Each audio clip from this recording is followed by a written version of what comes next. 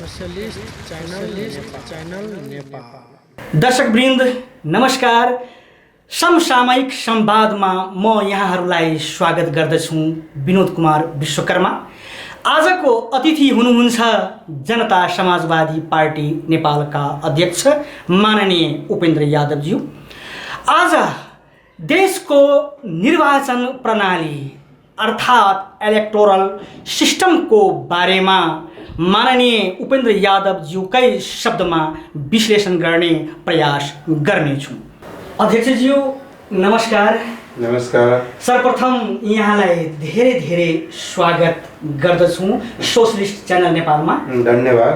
अध्यक्षज्यू, विगतको चुनावमा नेपालमा मिश्रित निर्वाचन प्रणाली अपनाएको थियो, अर्थात् first past the post system र प्रोपोर्सनल रिप्रेजेन्टेटिभ सिस्टम अपनाइएको थियो। जबकि यो पद्धतिले खास गरी अल्पसंख्यक, दलित, आदिवासी जनजाति, मुस्लिम, महिला लगायतका वर्गलाई खास गरी यो सफल हुन सकेन यो पद्धति। र यहाँले पनि बारम्बार आवाज उठाउँदै आइराख्नु भएको छ कि नेपालमा यो प्रणाली उपयुक्त छैन भनेर। वास्तवमा दलित, महिला, जनजाति, आदिवासीहरूको सबैलाई समेटिने गरी कस्तो किसिमको निर्वाचन प्रणाली उपयुक्त हुन्छ त? यो निर्वाचन प्रणाली भनेको वास्तवमा सहज ढङ्गले, सरल ढङ्गले जनताको प्रतिनिधित्व व्यवस्थापिकामा र कार्यपालिकामा हुने प्रणाली। त्यो निर्वाचनकै माध्यमबाट यस्ता कार्यहरू हुने गर्दछ र हामीले अभ्यास गरिरहेका प्रणाली आधा जति प्रत्यक्ष निर्वाचित प्रणाली फर्स्ट पास्ट द पोस्ट सिस्टममा छ र बाँकी समानुपातिक भनेको छ। यो प्रणाली समानुपातिक हुँदै होइन। यो प्रणाली विकृतिमूलक प्रणाली हो र प्रत्यक्ष जुन हुन्छ ल फर्स्ट पास्ट द पोस्ट हामी भन्छौँ, पहिलो हुने निर्वाचित हुने प्रणाली, पहिलो निर्वाचित हुने प्रणाली जुन हो, यो प्रणाली संसारभरि नै अत्यन्त महँगो निर्वाचन प्रणाली। भारतमै उदाहरण दिने हो भने पनि एउटा उम्मेदवारले करोडौं करोड खर्च गरेर मात्र चुनाव जित्न सक्छ। चुनाव जित्नका लागि पार्टीहरूले अपराधी प्रवृत्तिका मानिसहरू, जसले धाक धम्की देखाएर भोट बटुल्न सकोस्, भ्रष्ट प्रवृत्तिका मानिसहरू जसले पैसा खर्च गर्न सकोस् र ठुला धनाढ्य वर्गका मानिसहरूलाई उम्मेदवारको रूपमा खोजी हिँडेका हुन्छ। किनभने पैसा खर्च गर्न सक्छ, सञ्चार माध्यमलाई पैसाको बलमा नियन्त्रण गर्न सक्दछ, जनतालाई प्रचार माध्यमबाट भड्काउन सक्दछ, जसले भोट खरिद गर्न सकोस्, जसले मसल्स पावर र मनी पावरलाई उपयोग गर्न सकोस्, त्यस्ता उम्मेदवारहरूले नै जित्ने गरेको पाइएको छ। आर्थिक रूपले कमजोर भएका इमान्दार व्यक्तिहरू, योग्यतम व्यक्तिहरू यस्तो निर्वाचन प्रणालीमा त राजनीति आउन पनि छोडिसक्यो। नेपालकै राजनीतिको कुरा गर्ने हो भने एउटा वडामा चुनाव लड्नलाई लाखौँ खर्च गर्छ। संसदमा चुनाव लड्न त करोडौं करोडको खर्च गर्छ। ती पैसा कहाँबाट आउँछ? या त कुनै मुलुकले यहाँको प्रणालीलाई आफ्नो मुठीमा लिनलाई दान दक्षिणा दिएको हुनुपर्छ, या कुनै ठुल्ठुला माफियाहरूले आफ्ना प्रतिनिधित्व गराउन राख्नका लागि लगानी गरेको हुनुपर्छ, या त काला धन नै उपयोग भएको हुनुपर्छ। कमाएर मेहनतले कमाएर लाखौँ लाख वडामा करोडौँ करोड संसदमा प्रदेशमा त चुनावमा लगानी गर्न सक्दैन कसैले। र यस्ता विकृतिहरू यहाँ देखिएको छ। अर्को विकृति के देखिएको छ भन्दाखेरि हाम्रो बहुजातीय बहुभाषिक मुलुक त्यो जातिको त बेलै कुरा हो, तर कास्टका आधारमा पनि जातपातका आधारमा पनि चुनावमा भोटिङ हुने र जातीय दूरीहरू बढ्ने, जातीय धार्मिक सामुदायिक द्वन्द्वहरू फैलिने र त्यो द्वन्द्व फैलाएर भ्रष्ट तत्त्वहरू चाहिँ के छ भने चुनावमा हावी हुने एकातर्फ देखिएको छ। अर्कातर्फ के देखियो त भन्दाखेरि कहिले अहिले मैले संविधान सभादेखि अहिलेसम्मको हेर्ने हो भने समानुपातिक प्रणाली, जसलाई कथित समानुपातिक प्रणाली भन्छ, समानुपातिक पनि होइन, यो प्रणालीभित्र को छिरे त? केही सुन्दरीहरू छिरे कसैलाई रिझाएर, केही व्यापारीहरू छिरे, केही तस्करहरू छिरे, केही चाहिँ के छन् भन्दाखेरि नातागोताहरू पनि छिरे। यस्तो प्रणालीबाट जनताको सही प्रतिनिधित्व हुन सक्दैन। मुलुकमा प्रत्यक्ष निर्वाचन प्रणालीले गर्दा आज मुलुक दुई दलीय व्यवस्थातर्फ जान लागेको देखिन्छ। हामी प्रयास गर्दैछौँ त्यसलाई रोक्न। र समानुपातिक प्रणाली नभएका मुलुकहरूमा करिब करिब यस्तै व्यवस्था छ। अमेरिका होस्, भारत होस्, ब्रिटेन होस् लगायतका मुलुकहरूमा दुई दलीय व्यवस्था छ। र अर्को यसको चाहिँ कमजोरी पक्ष के हो भने जहिले पनि अल्पसङ्ख्यकले शासन गर्छ। अहिले भारतमा भाजपाको सरकार छ, उनले 30% करिब करिब लगभग भोट पाएको छ।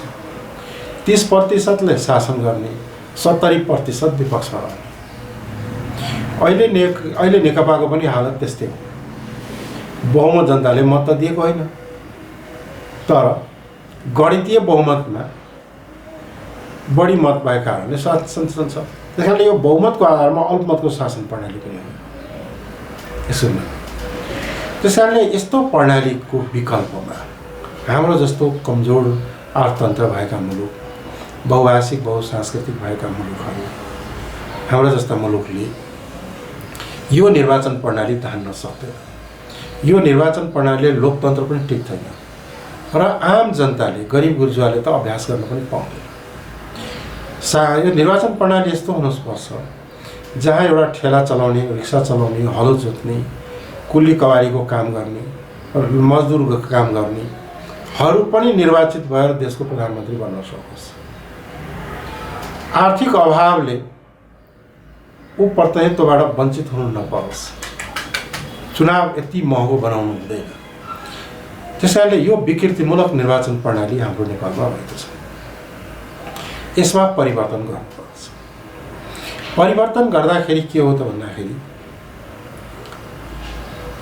हामी के भन्छौँ भने समानुपातिक निर्वाचन प्रणालीतर्फ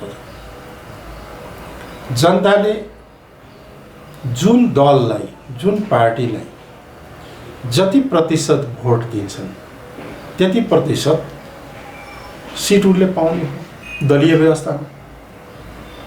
यहाँ के हुन्छ भन्दाखेरि एक भोट पनि खेर जाँदैन। Percent of vote equal to percent of seat, यानी प्रतिशतको भोट बराबर प्रतिशत सिट प्राप्त गर्ने हुन्छ यो प्रणाली। अर्को कुरा यसको विशेषता के हो भने व्यक्तिले या दलले खर्च गर्न पाउँदैन। निर्वाचन प्रणालीमा खर्च गर्न आवश्यक पनि पर्दैन। त्यस कारणले चुनाव सहज र सरल र सस्तो हुन्छ। र अर्को के हो भन्दाखेरि बहुदलीयता कायम हुन्छ। प्रत्यक्ष निर्वाचित हुने प्रणालीमा या फर्स्ट पास्ट द पोस्ट भएका निर्वाचन प्रणालीमा अधिकांश मुलुकहरूमा दुई दलीय व्यवस्था हुन्छ, त्यो बहुदलीय पनि हुँदैन। तर सही मानेमा बहुदलीय व्यवस्था त्यहाँ छ जहाँ समानुपातिक निर्वाचन प्रणाली छ।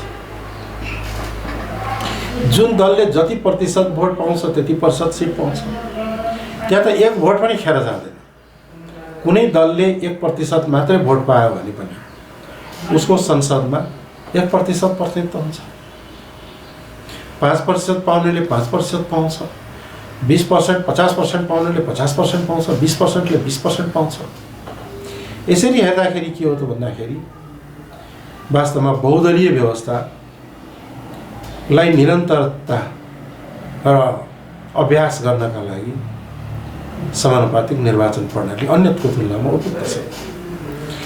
र अर्को कुरा के हो भन्दाखेरि समानुपातिक निर्वाचन प्रणालीमा पहिला दलहरूभित्र पार्टीहरूभित्र उम्मेदवारका चयनका लागि दलका क्रियाशील सदस्यहरूले मतदानको माध्यमबाट चुनावका लागि उम्मेदवार तय गर्छन् र दल तिनी उम्मेदवारको सूची पेश गरेर चाहिँ के भन्दाखेरि चुनावमा लड्छ। जति प्रतिशत मत पायो त्यति प्रतिशत क्रमशः गयो, उम्मेदवारहरू विजय हुन्छ। यसमा धान्धली पनि जरुरत परेन, बुथ क्याप्चर गर्ने पनि जरुरत परेन, कर्पोरेट हाउसको सहारा पनि परेन, कमिसनखोर तस्करहरूलाई पनि ल्याउनु परेन। किनभने पार्टी कार्यकर्ताले उम्मेदवार छान्ने हो, त्यो उम्मेदवार चाहिँ के छ भने प्राथमिकता क्रममा सूचीमा आउने हो। तर प्रत्यक्ष निर्वाचन प्रणालीमा के छ भने नेताको मनोबल हुन्छ। नेताले चाहेको व्यक्तिलाई टिकट दिन्छ र उम्मेदवार हुन्छ। त्यहाँ कार्यकर्ताको कुनै भूमिकै हुँदैन। यस्तो प्रणाली कसरी लोकतान्त्रिक हुन्छ जहाँ कार्यकर्ताको भूमिका हुँदैन, पार्टीको नेतातन्त्र हुन्छ। अर्को कुरा के हो भने हाम्रो मुलुकमा अहिले लोकतन्त्र छ कि छैन भनेर प्रश्न उठेको छ। अहिले लोकतन्त्र कमजोर हुँदै दलतन्त्र र नेतातन्त्र हावी हुँदै गएको छ। दलतन्त्र लोकतन्त्र होइन, नेतातन्त्र लोकतन्त्र होइन। लोकतन्त्र भनेको जनभावना अनुसारको प्रतिनिधित्व र त्यही अनुसारको शासन प्रणाली हो, त्यसलाई लोकतन्त्र भनिन्छ।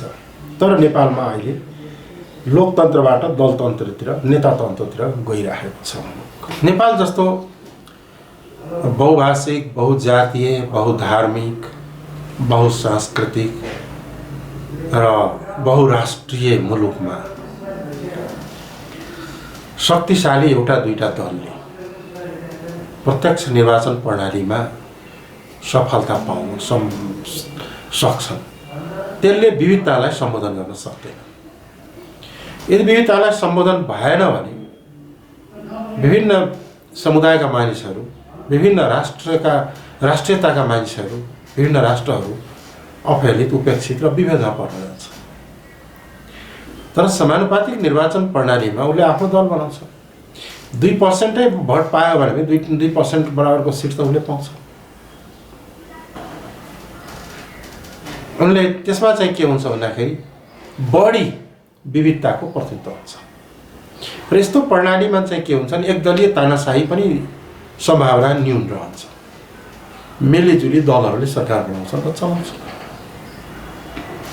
यो के भन्दाखेरि निर्वाचन प्रणाली। र यस्तो प्रणालीहरू वास्तवमा चाहिँ के हो भने संसारका अधिकांश मुलुकहरूले अपनाएका छन्। स्क्यान्डिनेभियन मुलुकहरू, चाहे त्यो डेनमार्क, नर्वे, स्विडेनदेखि लिएर फिनल्यान्ड, यता युरोपियन मुलुकहरूमा पनि अधिकांश मुलुकहरू, केही एसिया र अफ्रिकाका मुलुकहरूले, ल्याटिन अमेरिकाका मुलुकहरूले समानुपातिक निर्वाचन प्रणालीलाई अपनाएर सबै भाषा, भाषी, वेशभूषा, संस्कृति समुदायका प्रतिनिधित्व संसदमा, राज्य सत्ता र शक्तिमा गराउन सफल भएका छन् र राजनीतिक स्थिरता छ। उनीहरू त्यहाँ चाहिँ बिरलै कहिले मध्यावधि चुनाव हुन्छ र सफलतापूर्वक लोकतन्त्र प्रयोग भएको छ, अभ्यास भएर अगाडि बढेको छ। लोक कल्याणकारी राज्य निर्माणमा सामाजिक सुरक्षाका दृष्टिकोणले हेर्ने हो भने ती मुलुकहरू, आर्थिक समृद्धिकै दृष्टिकोणले हेर्ने हो भने ती मुलुकहरू धेरै सम्पन्न भएका छन्। खुशहाली या समृद्धि र ग्रस ह्याप्पिनेस आम खुसियाली ती मुलुकहरूमा धेरै छ। त्यस कारणले चाहिँ के हो, त्यहाँ काला धनको पनि प्रयोग हुँदैन। सबभन्दा ठुलो विशेषता त्यो हो।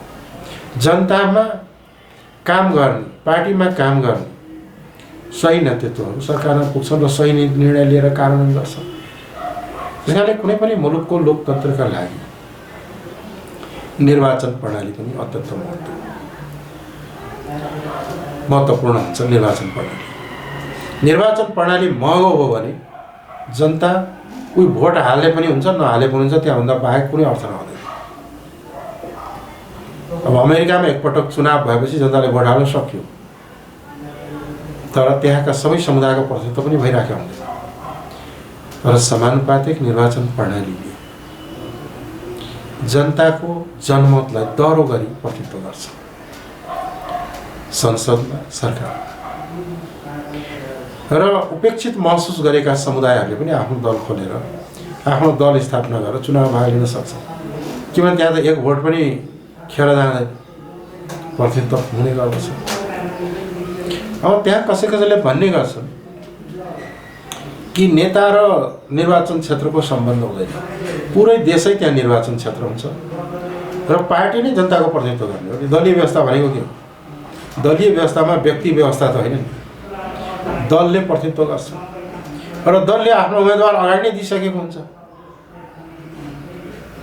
कुनै समानुपातिक निर्वाचनमा दल र व्यक्ति दुवैलाई भोट हाल्न पाउँछ, त्यो पनि समानुपातिक प्रणाली हो। र अर्को चाहिँ के हो भन्दाखेरि यो फर्स्ट पास्ट द पोस्टको चाहिँ विशेषता भनौँ या कमजोरी भनौँ, दलित समुदायले चुनावै जित्न सक्दैन। महिलाहरूले प्रत्यक्षमा नाम मात्रका एकाटा चुनाव जित्नै सक्दैन। विपन्न वर्गले चुनावै जित्न सक्दैन। यानी नेपालको 80-90% जनताहरू त मुख दर्शक र भोट हाल्ने मात्रै काम गर्छ। उनीहरूले त चुनाव जित्ने सम्भावना हुँदैन। आदिवासी जनजातिहरू पछि परेका छन्, मधेसीहरू पछि परेका छन्, दलित पछि परेका छ, थारू पछि परेका छ, मुस्लिम पछि परेका छ, महिलाहरू पछि परेका छन्। तर उनीहरूले प्रत्यक्ष चुनाव जित्न गाह्रो छ। जन दलित र विपन्न वर्ग र महिलालाई त प्रत्यक्ष निर्वाचनमा त धेरै गाह्रो छ। धन्न मधेस आन्दोलनपछि एउटा 33% महिलालाई आरक्षण गरेको कारणले महिला हुन पाएका छन्। यो विकृतिमूलक समानुपातिक भनिएको छ नेपालमा जुन छ, यसबाट पनि केही प्रतिनिधित्व भएका छन्, तर यो पर्याप्त छैन। यसमा विकृति बढी आएको छ। त्यसकारण चाहिँ के हो त भन्दाखेरि यो निर्वाचन प्रणालीले मुलुकलाई कङ्गाल बनाउँछ। तपाईँले याद होला यहाँलाई मन्त्री, जहिले नेपालमा चुनाव हुन्छ, भारतमा चुनाव हुन्छ, चुनावपछि महँगाइ बढ्छ। किन बढेको? त्यो व्यापारीहरूले चुनावमा गरेको लगानी असुल नै हो, त्यो भारको माथि हुने जनतामाथि परेको छ। यस्तो खालको निर्वाचन प्रणाली, विकृतिमूलक निर्वाचन प्रणाली, भ्रष्ट निर्वाचन प्रणालीले अपनाएर नेपाल जस्तो देशले लोकतान्त्रिक राज्य, लोक कल्याणकारी राज्य, सामाजिक सुरक्षा, सामाजिक न्याय, समानता, सुशासन र समृद्धि प्राप्त गर्न सक्दैन। किन जे भनेको चुनाव भ्रष्टाचार के को लागि? चुनावको लागि। भोलि चुनावमा कहाँबाट खर्च ल्याउने भन्ने हुन्छ। यस्तो त्यस कारणले चाहिँ हाम्रो पार्टीको भनाइ या मेरा पहिला हामीले उठाएर आएका कुराहरू र अहिले चाहिँ के छ भन्दाखेरि हामी यसलाई बहसमा ल्याएका छौँ। त्यो के हो भनेदेखि समानुपातिक निर्वाचन प्रणाली नै उपयुक्त नेपालमा हुन्छ र यसले राजनीतिक स्थिरता, सबै समुदायको प्रतिनिधित्व, जनताको मतको कदर र जनभावना अनुकूलको शासन प्रणाली अगाडि बढ्न यसबाट नै सम्भव छ। दुनियाँका करिब 70-75वटा देशले आजिज भएर यो फर्स्ट पास्ट द पोस्टलाई त्यागेर समानुपातिक निर्वाचन प्रणालीतर्फ गएका छन् र त्यसको अभ्यास हेर्दाखेरि त्यो अभ्यासबाट उपलब्धिपूर्ण पनि भएको छ। अभ्यासहरू उपलब्धिपूर्ण भएका छन्। अब नेपालले पनि चाहिँ के हो भने अर्काको नक्कल गरेर विकृत खालको निर्वाचन प्रणाली अपनाउनु देशलाई नोक्सान गर्नु हो, विविधताको अपमान गर्नु हो। किनभने यहाँ धेरै उपेक्षित हुन्छन्, बढी केहीले पनि त पाउँछ। अहिले पनि नेपालमा एउटै जात जातिको बाहुल्य कार्यपालिका, व्यवस्थापिका र न्यायपालिकामा छ। समानुपातिक प्रतिनिधित्व छँदै छैन। समानुपातिक निर्वाचन प्रणाली नभइकन अन्य क्षेत्रमा पनि समानुपातिक प्रतिनिधित्व हुने वातावरणै बन्दैन र सामाजिक, आर्थिक, राजनीतिक बहिष्करणमा परेका समुदायहरू सधैँ बहिष्कृत नै रहने हो भने त्यो लोकतन्त्रले खासै अर्थ राख्दैन। त्यस कारणले चाहिँ के हो भने समानुपातिक निर्वाचन प्रणाली नेपालको हितमा, नेपालको लागि उपयुक्त, नेपाली जनतालाई आवश्यकता भएको प्रणाली हो। हवस् त अध्यक्षज्यू, यहाँले अमूल्य समय दिनुभएकोमा धेरै धेरै धन्यवाद र तिहारको पनि अग्रिम शुभकामना। हवस् त, यहाँलाई पनि धेरै धेरै धन्यवाद र श्रोता मित्रहरूलाई पनि, दर्शक मित्रहरूलाई पनि धेरै धेरै धन्यवाद। तिहार लगायत छठ पर्व लगायतका पर्वहरूको सन्दर्भमा यहाँहरूलाई पनि धेरै धेरै शुभकामना। धन्यवाद। दर्शकवृन्द, उहाँ हुनुहुन्थ्यो जनता समाजवादी पार्टी नेपालका कार्यकारी अध्यक्ष माननीय उपेन्द्र यादवज्यू। मुलुकमा विद्यमान निर्वाचन प्रणालीले दलित समुदाय जित्न सक्दैनन्, महिलाहरू चुनाव जित्न सक्दैनन्, मधेसी समुदाय, अल्पसङ्ख्यक, पिछडा वर्गले पनि चुनाव जित्न सक्दैनन् र यो प्रणालीले गर्दा लोकतन्त्र पनि संस्थागत हुन सक्दैन। विकल्पमा अर्थात् नेपालको लागि समानुपातिक निर्वाचन प्रणाली नै उपयुक्त छ, नेपाली जनताको लागि उपयुक्त छ भन्ने हामीले उपेन्द्र यादवज्यूको विचार सुन्यौँ। दर्शकवृन्द, हाम्रो सोशलिस्ट च्यानल अवश्य नै हेरिदिनुहोला, सब्सक्राइब गरिदिनुहोला र आफ्ना प्रतिक्रिया दिन समेत नबिर्सिनुहोला। यति भन्दै प्राविधिक साथीहरू राधेश्याम विश्वकर्मा र वीरेन्द्र ठाकुरलाई धन्यवाद दिँदै म पनि यहाँहरूबाट बिदा हुन चाहन्छु र अन्त्यमा तिहारको पूर्व सन्ध्यामा यहाँहरूलाई हार्दिक हार्दिक शुभकामना।